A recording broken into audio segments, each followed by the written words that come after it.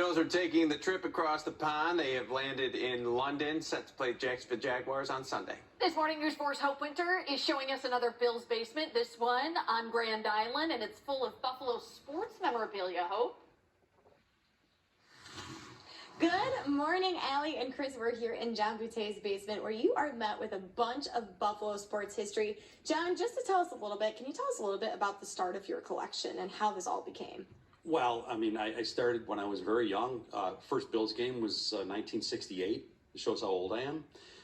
But I started collecting right around when I was 5 or 6 years old, going up to 7-Eleven and buying baseball cards and hockey cards and football cards back when they were a nickel a pack. So you cut the lawn, you got a quarter. So, hey, that was 5 packs of cards. You know, that's how I started. And from that point on, any game I went to, I saved the ticket stub, I saved the program. If my dad bought me a pennant, tacked it up on the wall. So, you know, just like most kids in my era, that's how I started, with baseball cards and tickets and programs. And you have collectibles from every Buffalo sports team in the history. Can you tell us a little bit about what teams you have collectibles from? Oh my, I mean, where do I start? The Buffalo Bison's hockey team that was here from the 1920s all the way up to 1970, we collect those. We collect the NBA Buffalo Braves from 1970 to 1978, Randy Smith and Bob McAdoo, big time in sports history here. We collect everything from Buffalo Bresky's professional softball to the Buffalo Stallions soccer, to the Buffalo Royals tennis team. Professional tennis happened here in 1974. So every sport that you can think of that happened in Buffalo, we have it represented here in Buffalo Sports Museum. And I am learning so much about Buffalo sports history. But, you know, with the big game across the pond this weekend, you have an artifact that's from London, or that you found from London. Yeah. Can you tell us a little bit about that? Funny story. It started in London because that's where they were made. Wilkinson Sword Company came to Buffalo in 1970 when the Sabres were born.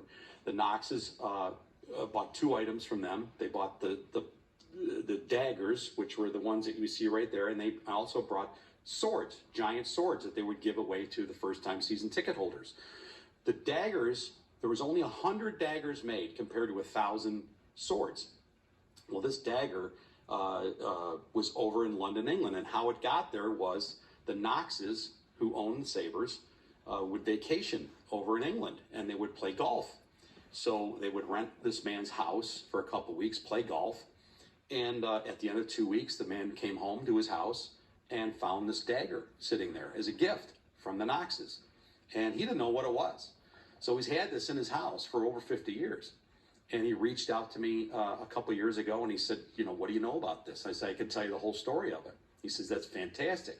Would you like to buy it? I said, sure, I'd love to buy it. So we came to an agreement. He shipped it back over here to Buffalo. So it's had a big story, a lot of travel from London to Buffalo to London, back to Buffalo again. John, thank you so much for sharing all this history with us this morning and showing off your basement. And if you have a Bills basement at home that you would like to show off here on Wake Up, send us your photos to our email at wakeup@wivb.com. But for now, live in Grand Island, Hope Winter, News 4. All right, thank you. Well, Bills fans will be